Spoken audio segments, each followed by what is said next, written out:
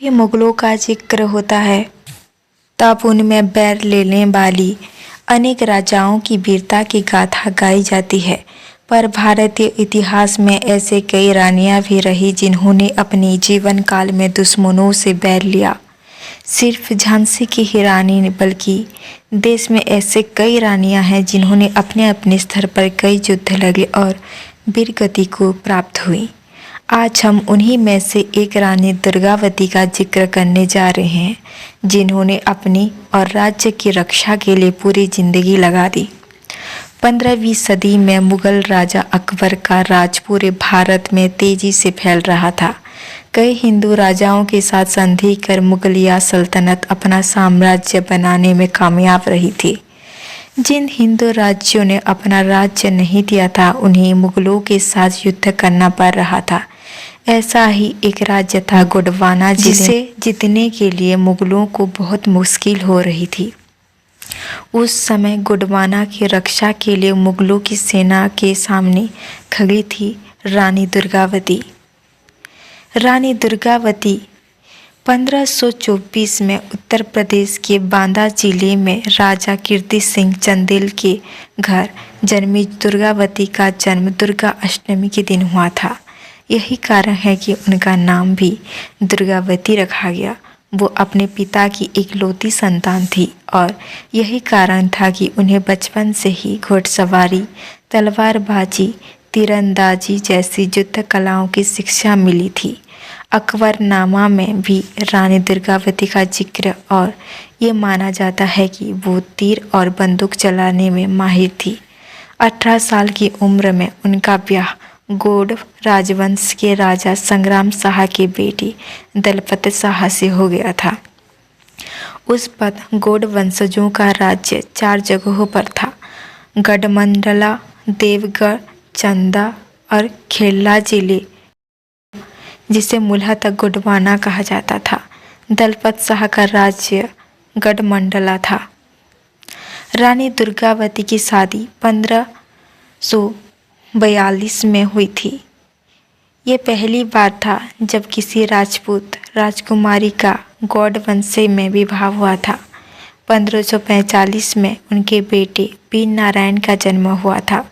उनकी खुशियाँ कुछ ही समय तक रही। 1550 में उनके पति का निधन हो गया। 5 साल के राजकुमार को सिंहासन पर बैठाकर रानी ने कामकाज का जिम्मा अपने सिर पर लिया। काम संभालते हुए 2 ही साल हुए थे कि सुल्तान बाज बहादुर ने राज्य पर हमला बोल दिया, पर रानी दुर्गावती ने अपनी फौज का नेतृत्व कर युद्ध जीत लिया। 1562 में अकबर ने मालवा को भी मुगल साम्राज्य में जोड़ लिया। रानी ने अपने शासनकाल में अपने राज्य के विकास करवाया। उन्होंने अपने अनेक मठ, बावड़ियाँ, कुएं और धर्मशालाएं बनवाई। उन्होंने अपने नाम पर रानी ताल, दीवान आधार सिंह के नाम पर आधार ताल और अपनी दासी के नाम पर चेरी ताल भी बनवाया था। उस समय अकबर की सेना के प्रमुख सफर खां ने राज्य पर हमला बोल दिया। रिपोर्ट्स मानवी कि सफर खान की नज़र रानी दुर्गावती पर थी। रानी को सिर्फ अपने राज्य को नहीं बल्कि खुद को भी दुश्मनों से बचाना था। 1562 में जब गौड़ पर हमला हुआ तो रानी ने अपने बेटे के साथ 3 बार मुगल सेना का सामना किया। उनकी हजारों की फौज के सामने रानी ने 500 सिपाही कम पड़ गए, लेकिन फिर भी रानी ने बहुत चतुराई दिखाई। उनके सैनिक जबलपुर स्थित नराई नाला पहुँचे, जो एक पहाड़ी क्षेत्र था और उसके एक तरफ गौर नदी थी और दूसरी तरफ नर्मदा।